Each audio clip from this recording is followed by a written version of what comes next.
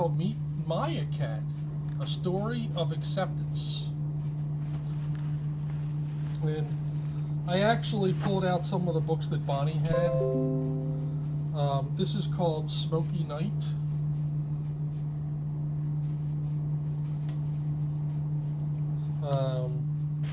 And this is a classic. Did I read this or did I read Stella Luna? But Verdi. And I also have a book called Wild Beach, which, because Bonnie taught in Virginia Beach, this was a nice apropos book. When you look at it, you know, it looks like from what Bonnie wrote in here, this is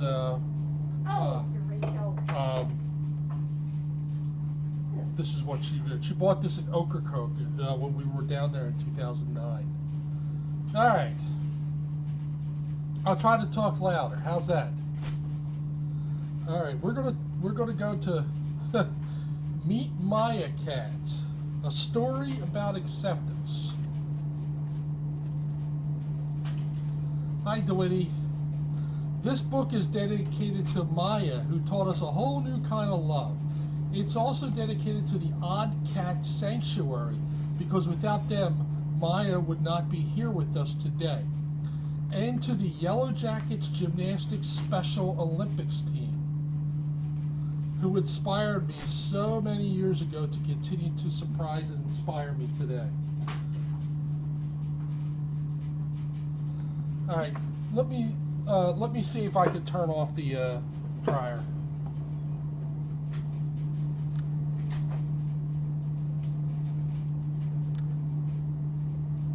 I'm surprised I didn't hit that thing. What's that? I'm surprised I didn't hit that thing when I walked through. Rachel had a on-purpose accident. Oh yeah. Yeah. Let's see. All right, there we go. All right, Nugget, I see you're being bad. All right, is that a little better? Oh, Lucy, look at you. All right, so there we go. That's a little better, right? All proceeds will be donated to the Odd Cat Sanctuary and to Special Olympics Massachusetts.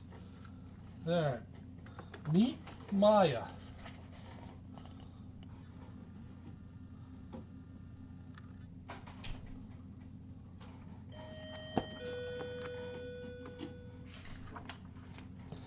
She's a cat.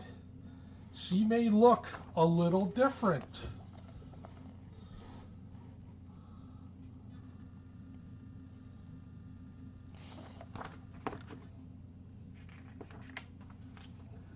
She may act a little different.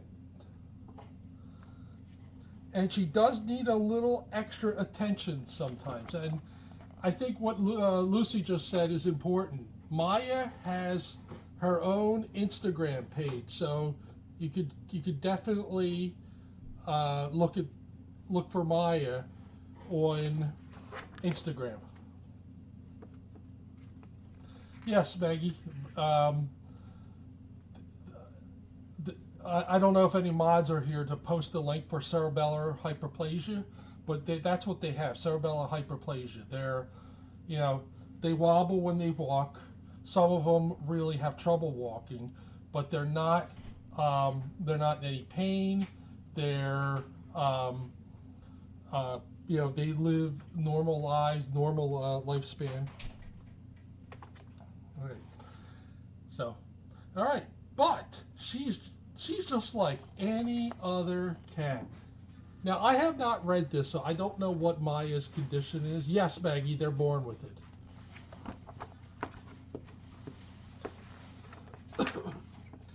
She likes to run around. She likes to climb on things.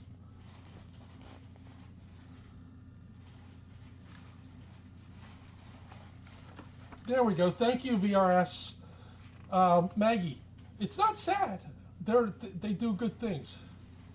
VRS, the mod, just posted the link so you can read a little bit more about CH.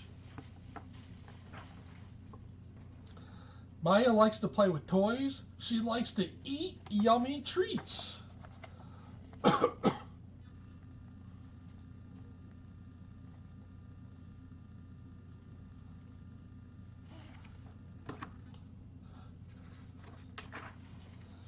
And she likes to talk a lot.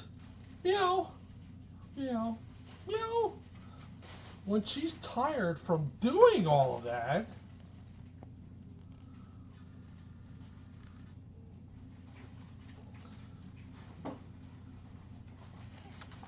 yes, Lost Girl, this was based on a real cat who's got their own Instagram page. She likes to sleep in fluffy blankets and cuddle with her family.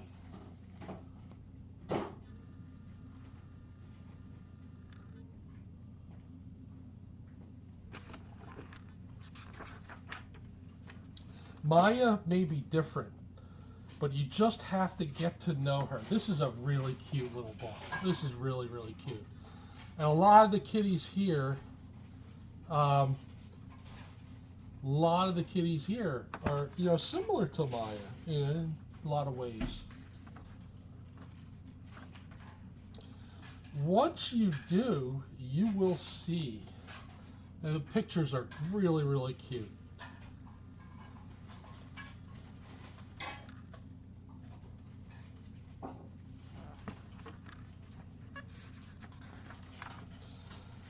She's not really all that different at all. She likes to be treated and loved, just like everybody else. Amen to that with the kitties here.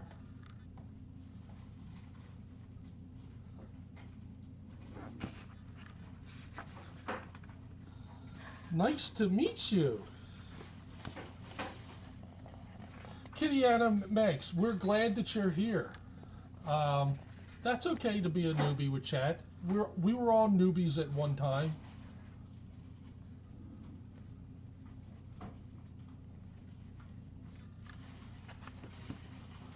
Like some of the Siamese with the slightly crossed eyes, yep. Oh, okay, now I know who Maya is. I've seen pictures of her all the time. Thanks for taking the time to read Maya's story. We hope it helps you see that everyone deserves love and acceptance.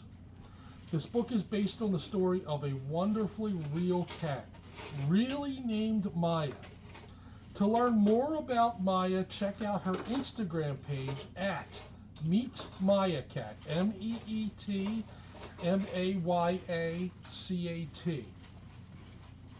We are truly grateful to the Odd Cat Sanctuary in Salem, Massachusetts.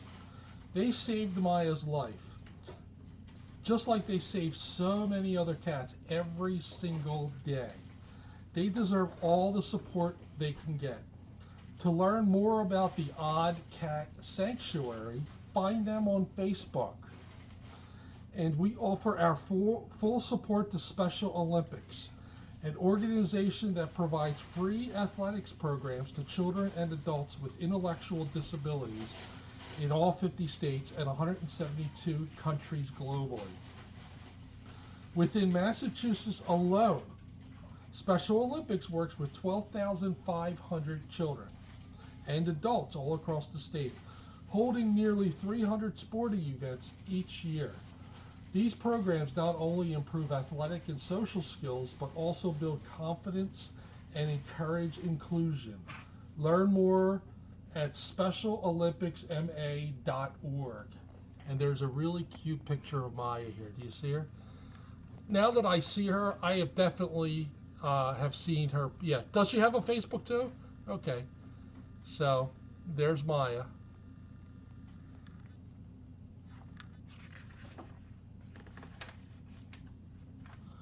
And that's the story about Meet Maya Cat.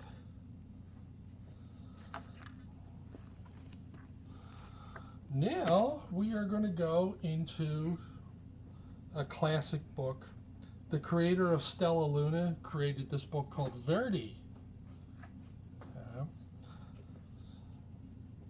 I don't know if I read Stella Luna or not, because I know there's quite a few books that this author wrote, and I know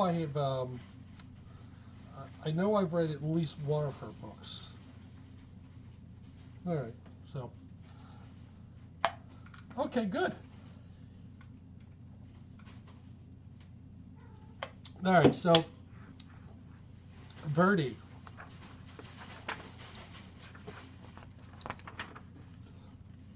On a small tropical island, the sun rose high above the steamy jungle.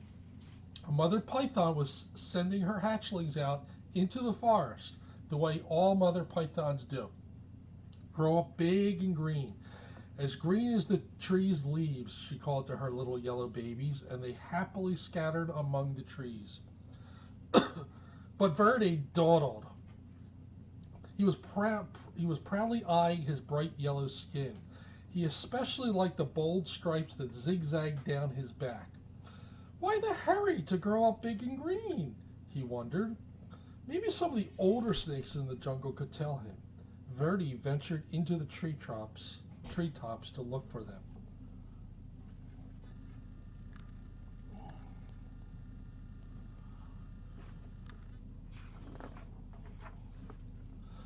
Yes, we all love Magic Kittyana Max. He is a special boy. And the funny thing about Magic Kittyana is that he has this obsession with shoes. So he will go around and just play with your shoes, untie your shoes. It's really, really funny. He's a very special boy. All right. Unbulls, Aggie, and Ribbon were lazing on some branches nearby. Verdi peered at their droopy green bodies. It's not polite to stare, chided Aggie.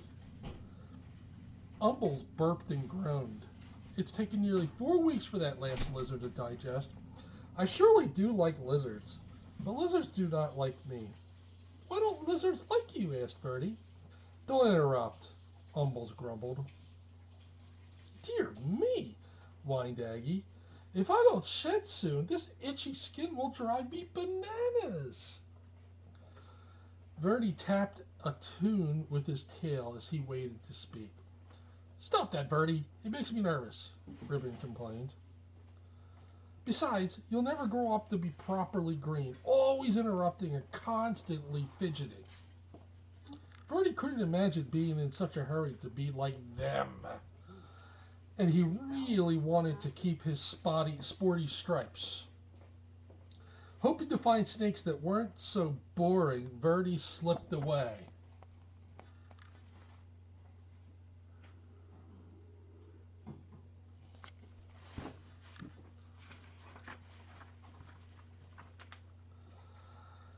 Dozer was snoring in a tree not far from the others.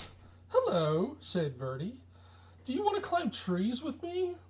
I'm tired, Dozer growled. Go do a few laps around the jungle, okay? Verdi's heart sank. Greens were not only lazy and boring, they were rude.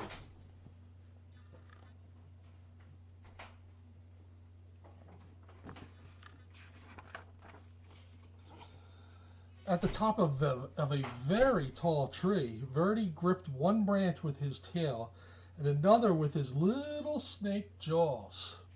I will never be lazy, boring, or green, he thought. I will jump and climb and keep moving so fast that I will stay yellow and striped forever. Then Verdi let go. And uh-oh, if you're looking at this, Verdi letting go probably is not a good thing. So let's see what happens.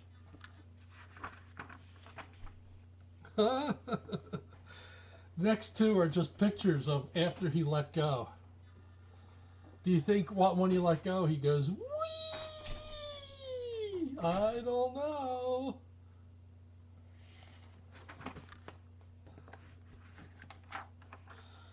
From a distance, the greens watched. Oh my, they chorused. Ribbon shook his head. At this rate, he'll be lucky to make it to his first molt. Aggie nodded. He's likely to put an eye out on a branch. Umbles moaned. He may not live to turn green. Look at that.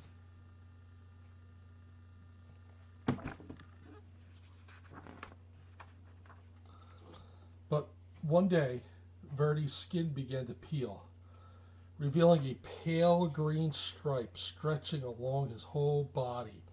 Cack! He gasped. How can this be? I'm the speediest snake in the jungle, and I'm still turning green. He raced down to the river, grabbing a mouthful of rough leaves.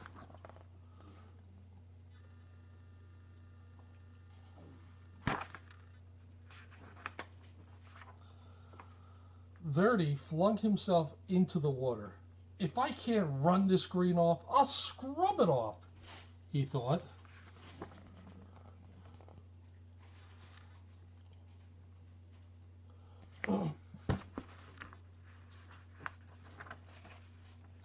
His frantic splashing caught the eye of a large bottom feeder, cruising the murky depths.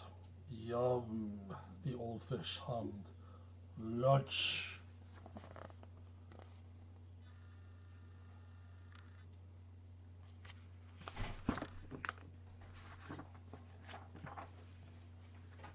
Before the fish could haul Verdi under, the frightened snake bit him on the nose. Ah, pooh! With a blast of his rubbery lips, the great fish sneezed, sending Verdi into the air. Slapping onto the soggy shore, Verdi skidded out of reach.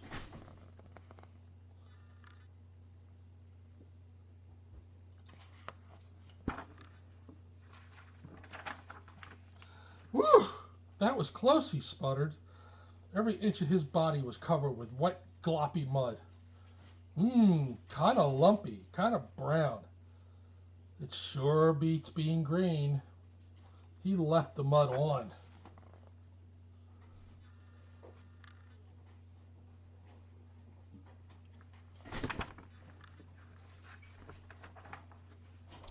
But the soft brown muck dried into a hard gray shell, and Verdi could barely move. If he even budged, the stuff cracked off in jagged chunks. As each piece fell away, Verdi could see that his body was even greener than before. This is terrible, cried Verdi. He pictured himself hanging around in droopy loops, itching and complaining and worrying all day like the old greens. He looked up into the sky where the sun blazed a beautiful yellow, just like the color he used to be. Then he pulled a vine to the top of the tree.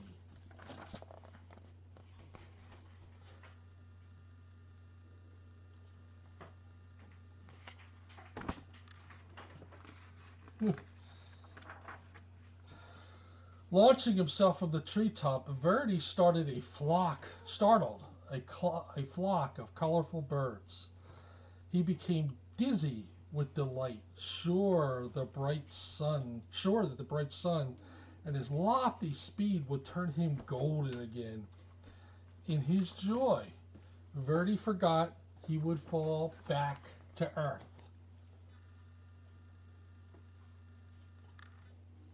Those look like rainbow lorries.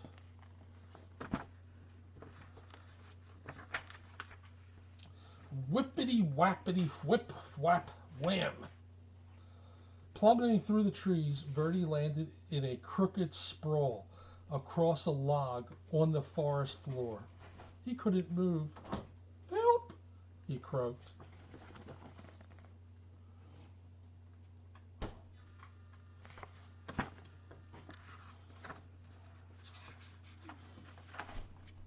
As usual, the Greens had been watching Verdi's antics. Rainbow Lori or Lori Keats, Lost Girl.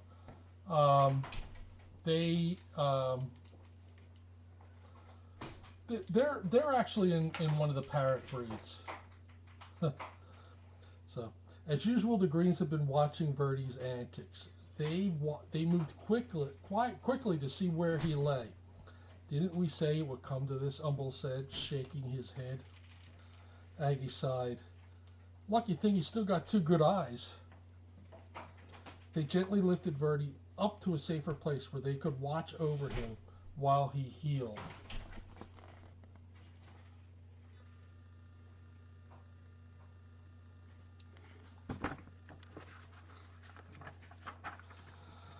Neatly splinted to a branch, Verdi had no choice but to listen to the greens as they gabbed.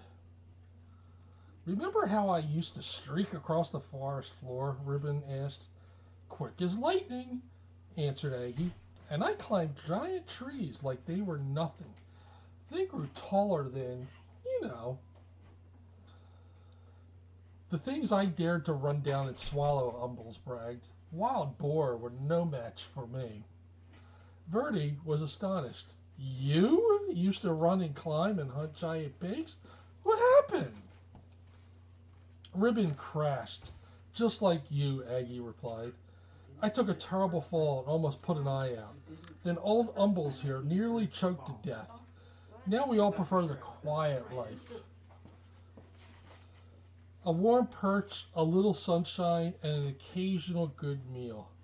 The greens rambled on about their days of glory, and Verdi settled in on his branch.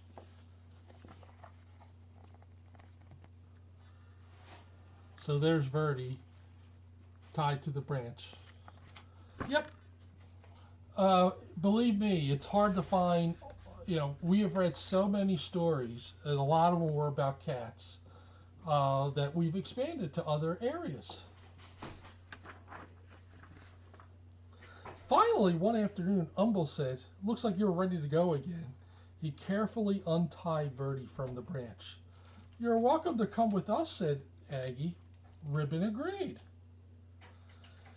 The three greens slipped quietly back into the forest. Verdi wasn't ready to join them. He wasn't sure where he wanted to go, so he just stretched and stayed put until the sun went down. He listened to the forest come alive.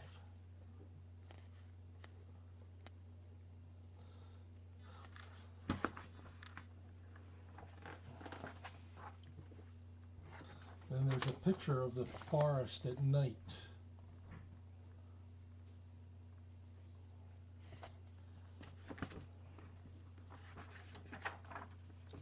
Time passed.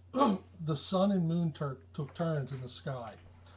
Verdi marveled as the full moon grew thinner every night. Then he watched patiently as it slowly grew round again. You wonder why he hadn't noticed that before. Verdi became so green that he blended perfectly with the leaves. He was so still that other creatures walked right by without seeing him.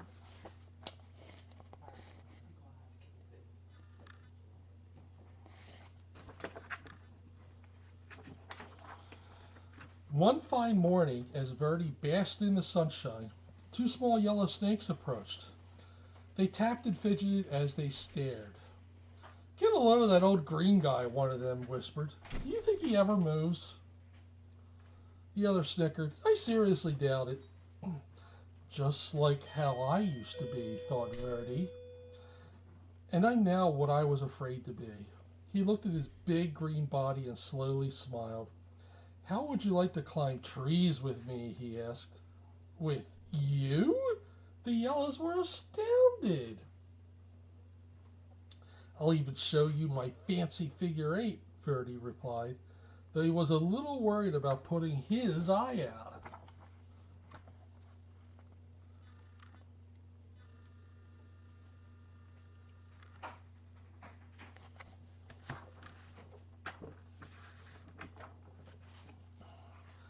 With practice, the three snakes performed a perfect triple figure eight. Leaping and looping with his little striped friends, Verdi laughed. "I may be big and very green, but I am still me."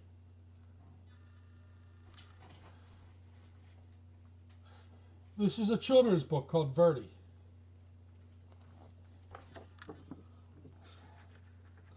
And the author has actually did a lot of different books, children's books. Stella Luna is a famous one. And there's a couple others. So this is the same author. All right. So this is the end of the book. Little snake notes. There are about 2,500 species of snakes, from tiny thread snakes just 4 inches long to giant reticulated pythons that grow to nearly 33 feet. Snake populations are native to all parts of the world except Ireland, Iceland, New Zealand, and the polar regions. A snake's skin is dry, not slimy, as many people believe, and their scales are tough. And their scales are tough. Depending on the species of snake, scales may be shiny and smooth or very rough. Some snakes actually polish their scales by rubbing them with an oily secretion from a gland by their nose. While many snakes see very well, others are blind. Most use their nostrils to pick up scents. Snakes use an inner ear as well as other sensors in their bodies to detect vibrations around them. Some snakes have heat-detecting pits in their faces that help them to hunt in darkness. All snakes rely on their delicate, forked tongues. As the tongue darts out, it collects chemicals from everything it touches. When it withdraws, it passes over the vomeronasal organ in the roof of the snake's mouth. Say what? Vomeronasal, Vomeronasal, vomeronasal. This organ processes the chemicals, providing the snake with important information about its environment. Snakes are carnivores, which means they eat animals. Their diets can include insects, reptiles, even other snakes, fish, eggs, birds, and rodents. Some of the biggest snakes will eat creatures as large as a deer. Many kinds of snakes can go months without eating. About 25% of the world's snakes are venomous. Their venom is used to quickly paralyze prey and for self-defense. Although most snakes would rather flee than fight, it is smart to admire all wild snakes from a distance. These often shy reptiles will appreciate your respect. Among the many non-venomous types of snakes is the family of giant snakes. Boidae, B-O-I-D-A-E, which includes all pythons and boas. While boas are ovoviviviviv, I don't know what that word is, meaning they birth their babies fully formed. Pythons are oviparous, which means they lay eggs. Watch out for snakes. Very good, Dak. That's very good. Hopefully your tires aren't filled with water, Dak. All right. That is perfect. Given tree python, mothers protect their eggs until hatching time, nearly 2 months. Once they emerge, the baby snakes are on their own. These hatchlings range in color from dark reddish brown to bright yellow. Approximately 8 inches long when they hatch, these babies grow to about 6 feet. After several molts, their skin colors change to the rich green of a mature snake. Yes, it is, Lost Girl. What was the movie called? Ega, E-E-G-A-H, Ega. Which the guy who played Jaws in the James Bond series, he was Ega. So, all right. Adults become adept at capturing birds by curling up and resting motionless in trees before striking.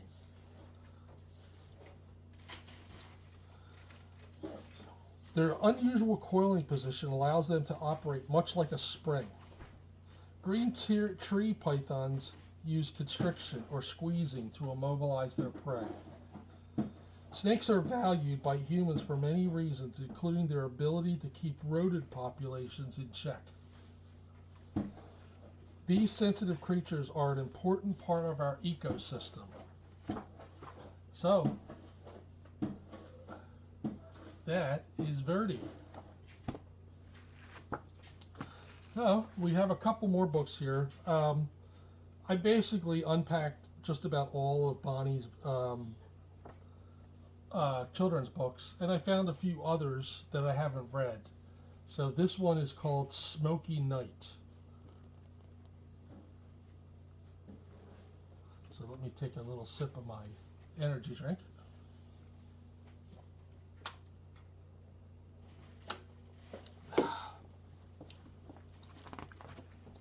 All right, Smoky Night.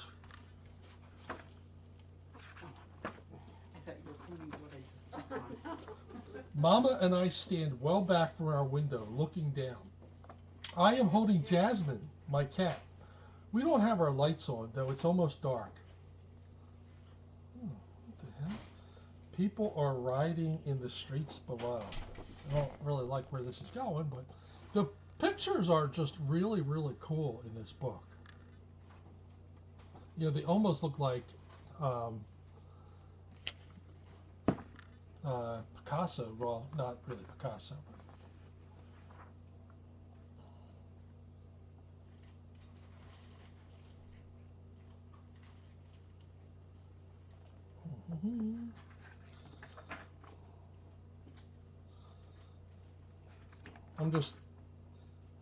You know what? I'm not gonna read this because I guess I didn't realize that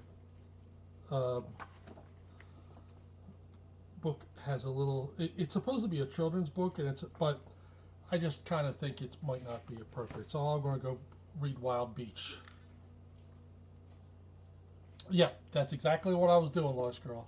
So I'm pretty sure Wild Beach is going to be fine. This book we actually picked up when we were at Ocracoke in 2009.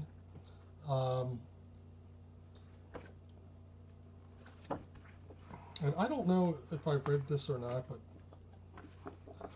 I can see the ocean from my porch. The sun isn't up yet, but the sky is pink.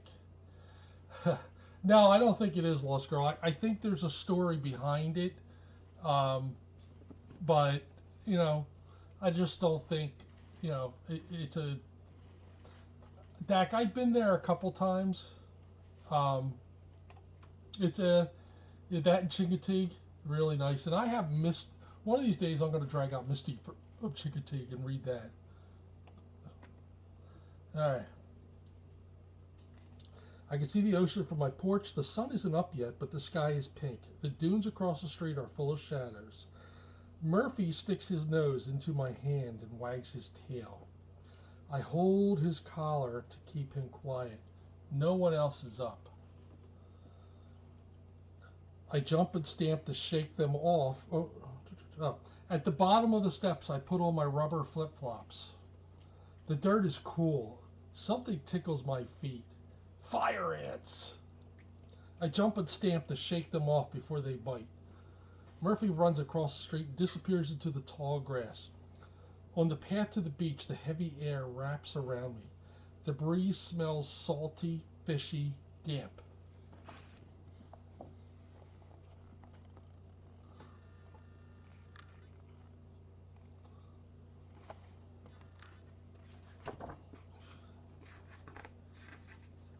A queen fire ant can lay 1,500 eggs a day.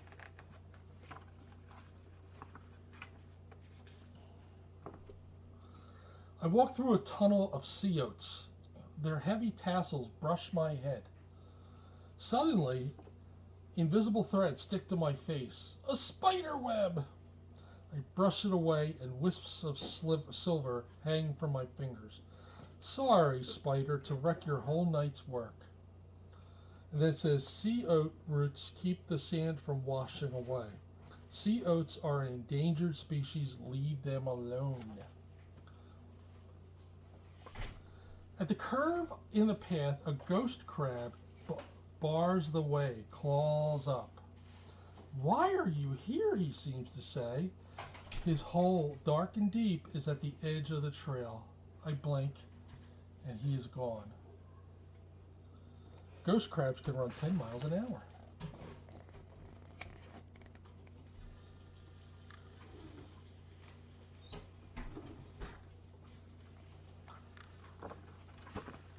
Huh.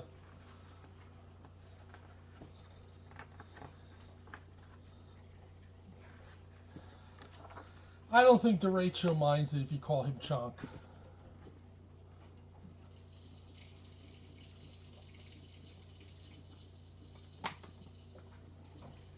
Alright.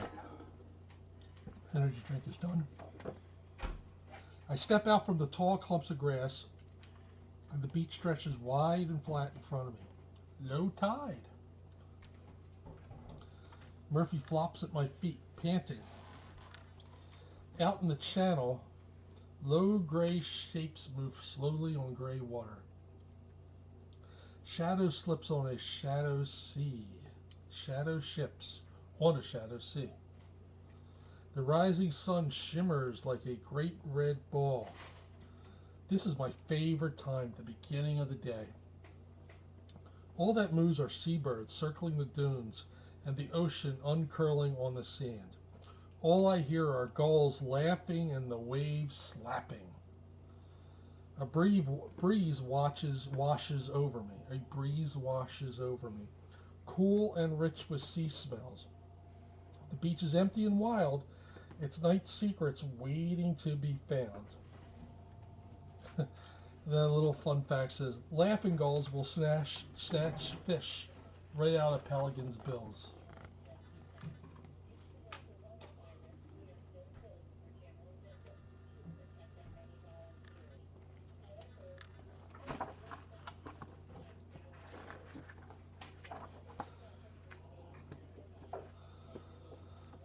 Small round holes along the line of foam show where shorebirds poke their sharp beaks in the sand, looking for food.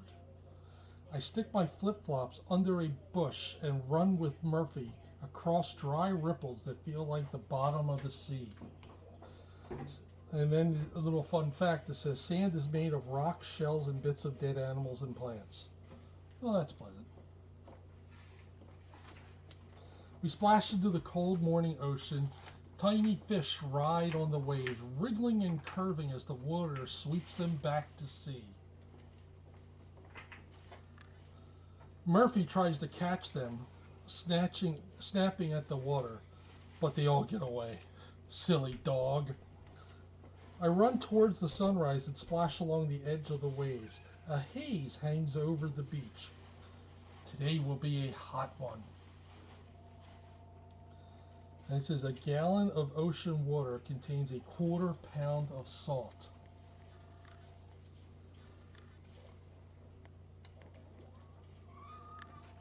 Hi.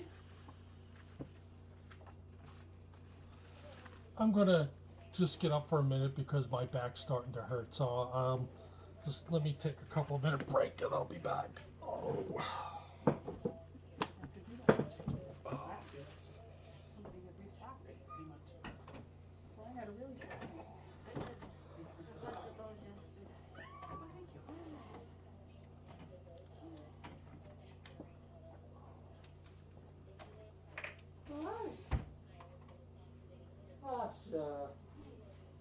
Don't hit your head on.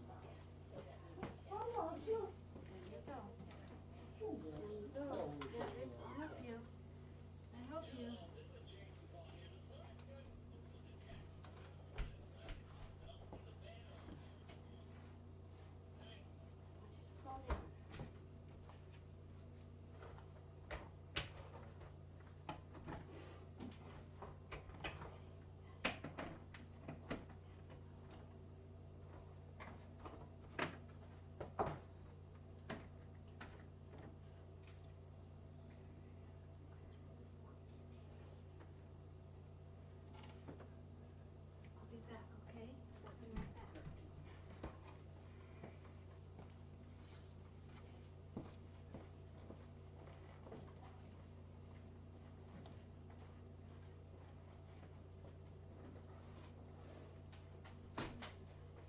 pretty loud current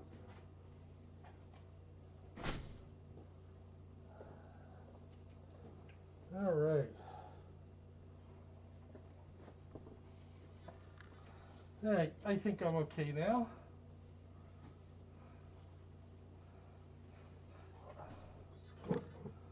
Yes, he's here tonight. All right. Sorry about that. Every now and then I do not want to go into back spasms. That would not be good. All right. What was the stat about salt? The stat was a gallon of ocean water contains 1/4 pound of salt. All right. Out in the water, shrimp boats glide, trailing nets on outstretched arms. Ouch! My foot hit something sharp. A whelk. Not a Lawrence whelk. I pick it up and touch hard, slimy skin. I will die here on the it will die here on the beach. I throw it far out into the ocean. Live another day. Murphy jumps into the water and tries to find it. And then it says here, whelks pry open oysters and suck out the animals. Yuck! Under my feet, air bubbles make perfect round holes in the wet sand. One hole shoots out water. I drop down and dig fast. Dad says there are shrimp under these holes. I've never seen one. Instead, I find a little pink coquina in a handful of sand. I put it down and watch it burrow out of sight. A wave creeps up and fills my hole. The shrimp are safe for me today. And then it says coquinas can be gray, yellow, pink, or purple.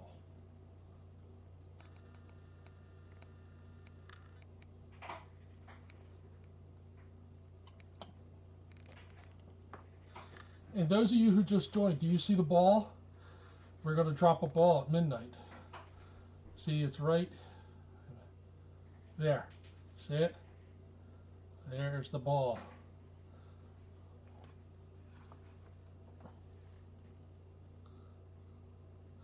All right. Shells are all around me here. Cockles and jackknife clams and angel wings. I look for sand dollars, but all of them are broken. Maybe tomorrow the ocean will leave me one. I pick up a tiny, perfect crab. It lies limp and lifeless in my hand. What happened to you, crab? Then there's some fun facts on here as well. Cockles breathe through long tubes called siphons.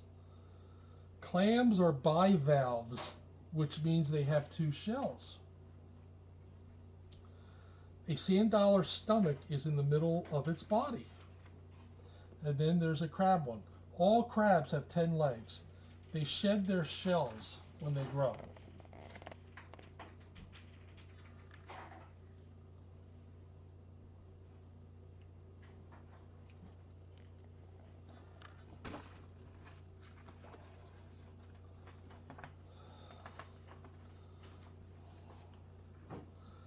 Murphy sniffs the sand and follows his nose up a trail.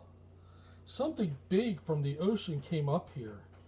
A sea turtle. Halfway up the beach, the track turns and heads back to the ocean. What made you stop, turtle? At night, the beach used to belong to the turtles. Not anymore. Too many people, too many houses, too many lights. No place to dig nests. Come back, turtle, and try again. And then there's a little fun fact. Loggerhead turtles get as big as 350 pounds.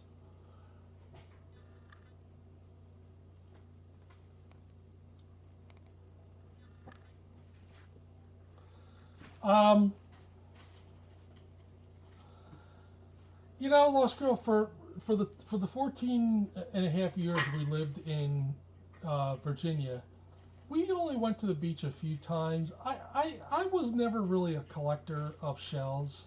So I don't really know.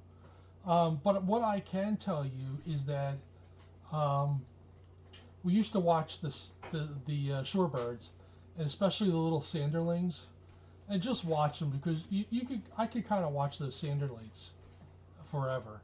Just the little dance that they do when the water comes in, they run back, and then when the wave goes back out, they run out and they start trying to eat whatever's down there, and then they come. It's kind of a I could watch them all day. And I remember the one time Bonnie and I were watching them, and there was a Sanderling with one leg. Now this was before she had her surgery. She had her amputation, but she was having problems with her leg. Thank you, Ed Power. I appreciate that. And we were just fascinated with this one Sanderling with just one leg, who would just bounce, bounce, bounce, bounce, bounce, bounce, bounce, bounce. Didn't care. Was right there with the rest of the Sanderlings. It was a nice little memory. And this book that I'm reading called Wild Beach, she actually picked this up when we went to Ocracoke Island. Now I don't know if when Jackie goes down to North Carolina, if she's ever got a chance to go to Ocracoke, but it's fascinating.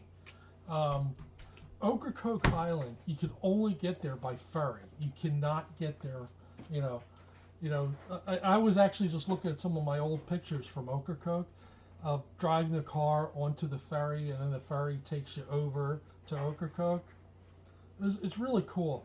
Ocracoke is basically almost like a glorified fishing village. It's not really commercialized. It's really cool. I really enjoyed it. What Ocracoke is really known for is that's where Blackbeard basically hid his ship. So there's a lot of information on Ocracoke Island about Blackbeard. So I highly recommend, if you ever get a chance to go down to the Outer Banks in North Carolina, take that extra trip to Ocracoke. Because it's really cool. I really enjoyed it, and we had a little cottage right on the beach. Now, like I said, their beach isn't really your normal beach with sands and things like that. It's a lot of fishing villages, and it's a lot of piers, and you could see the boats out there, but it's cool. Yeah, Blackbeard. Yep. But for some reason, he lost his head, Lost Girl. So, all right.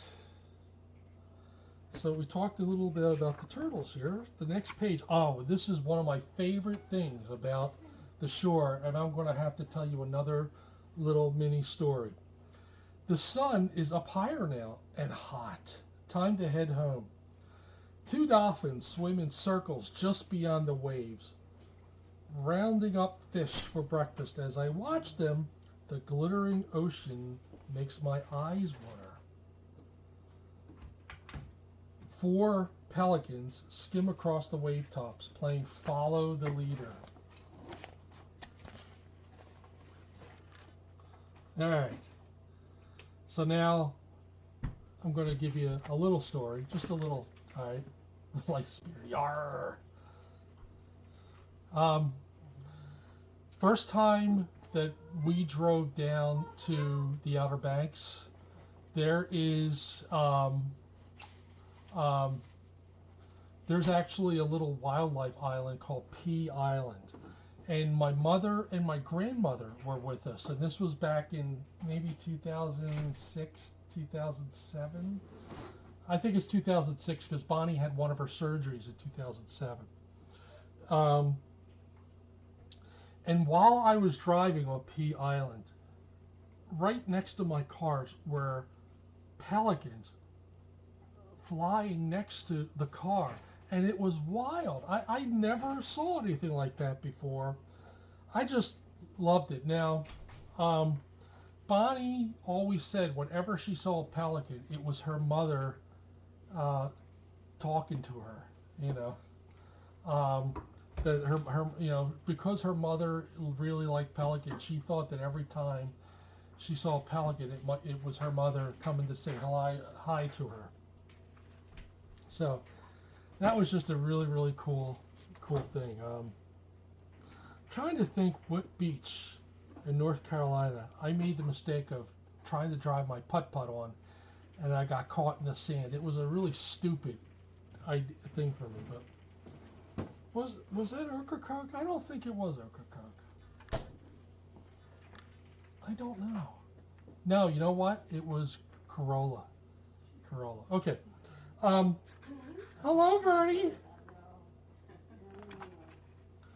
All right, so I'm going to turn to the next page. Murphy jumps and barks at terns circling overhead.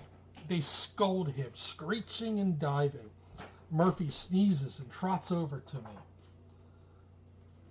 Their birds fly away, still yelling. On the way home, I find a string of whelk egg cases, stiff like dried paper. I tear one open and see perfect tiny shells inside. Yes. Murphy grabs an ear of corn floating on the waves. Where did that come from? He carries it up the beach like a prize. Then it has a little fun fact. It says, baby whelks chew their way out of their egg cases. Another fun fact, least terns eat shrimp, insects, and minnows. My flip-flops are right where I left them. Little ghost crab tracks are all around. Did you like the taste of my rubber shoes? Murphy rolls and twists in the sand, scratching his back. He stands up, shakes, and hey! Globs of wet sand splatter me.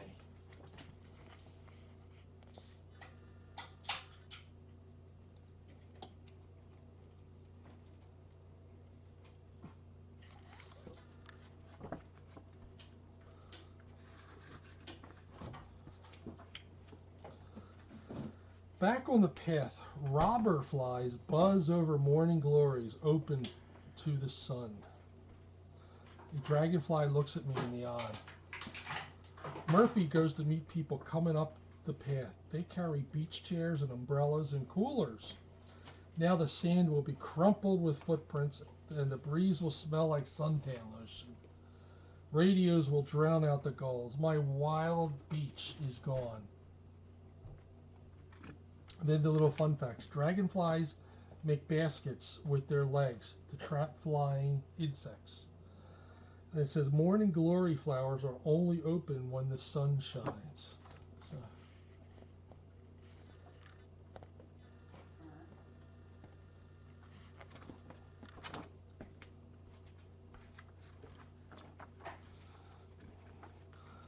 Until tomorrow.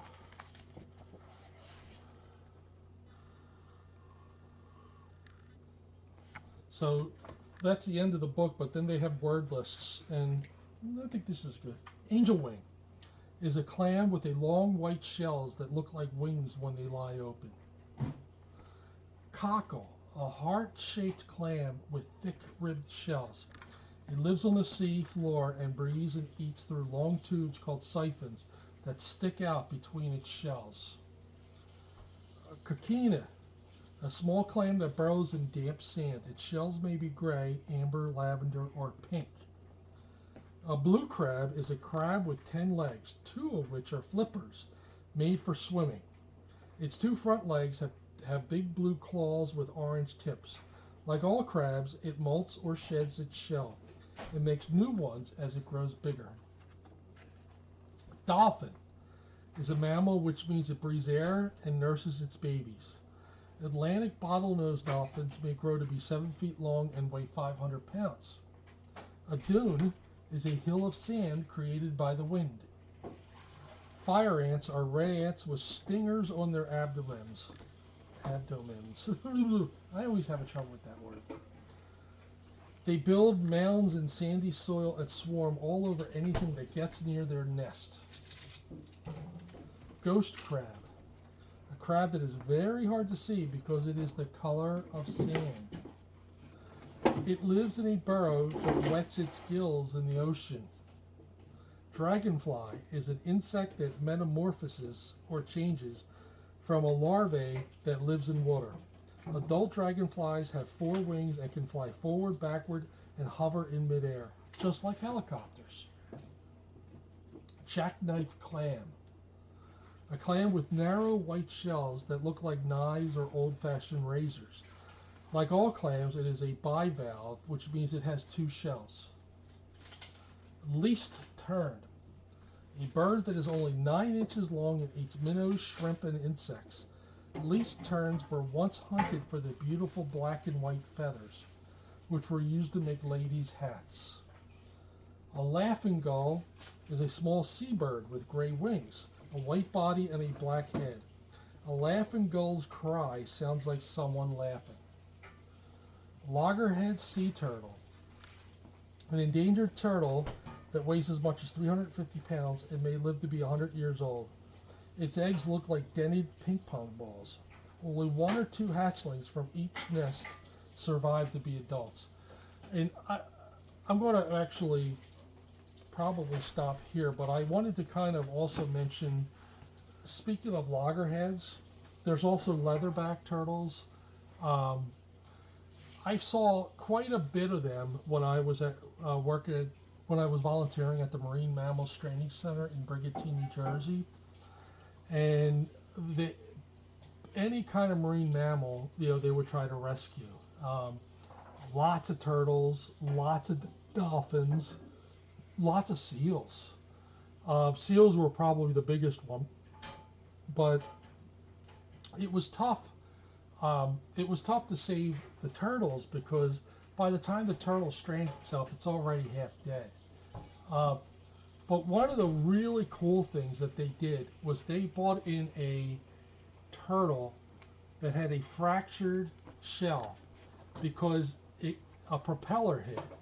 They actually had a surgeon come in and put like surgical plastic on, and they basically, and they put braces on to redo a shell. And the turtle was there a long time, and the turtle healed. I don't know if they released that turtle back in the wild, or if we had to go to an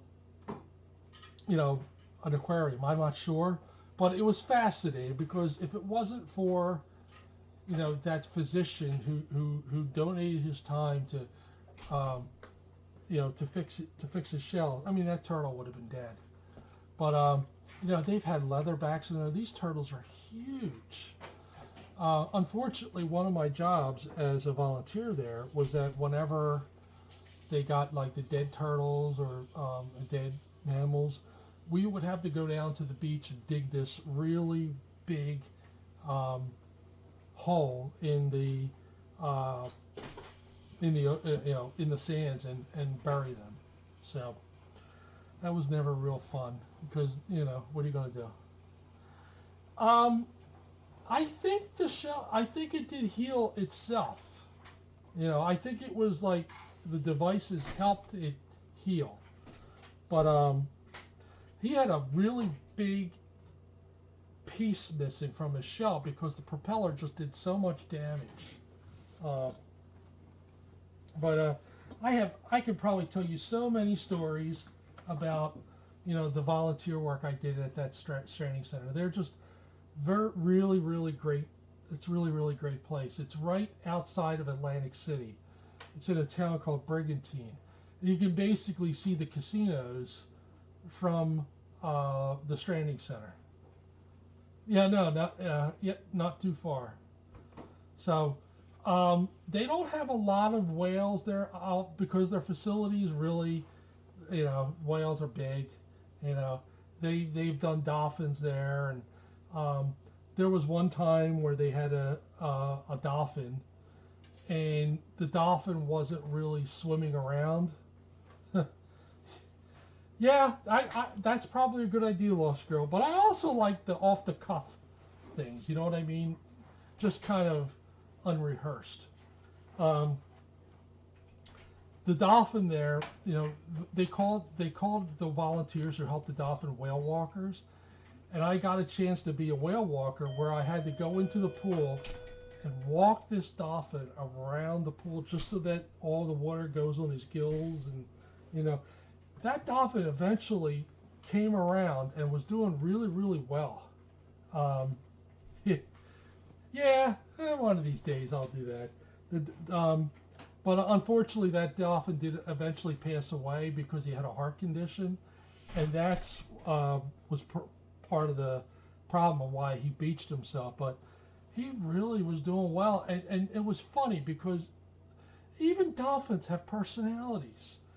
And you know, when I would go in and try to help him, once he was feeling a little better and he could actually swim around the pool by himself, he wanted attention. And when you didn't give that dolphin attention, he would smack the water with his flipper and soak you. You know, like, dude, get back here. It was funny. Like, you would never know that dolphins would have personalities. You just wouldn't know. It was just fascinating. It was. I actually keep a picture of that dolphin, usually on my desk, because it was just a fascinating part of my life, just learning. You know, this was back in the very, very early 1990s. Just, I have a lot of really special memories of there when I volunteered there. So, hello Terry, welcome. Welcome to the last gasps of 2020.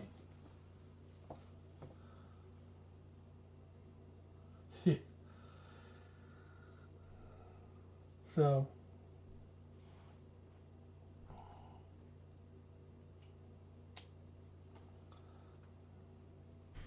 let me pack up my books. Let's see, this one I don't think I'm going to read. Verdi, you got Maya. And this is the book that I think you guys gave me, Lost Girl. I think you found it, Smiley, A Journey of Love. One of these days I'm going to get to this. Oh, you're welcome, Lost Girl. This one will take a little bit. So, all right, everybody. I'm going to get going. It's been fun. And I will see you a little bit. I will see you next year.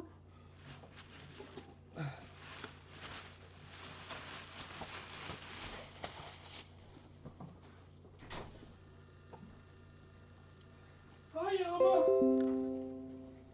Elma. Don't tell me. Ah.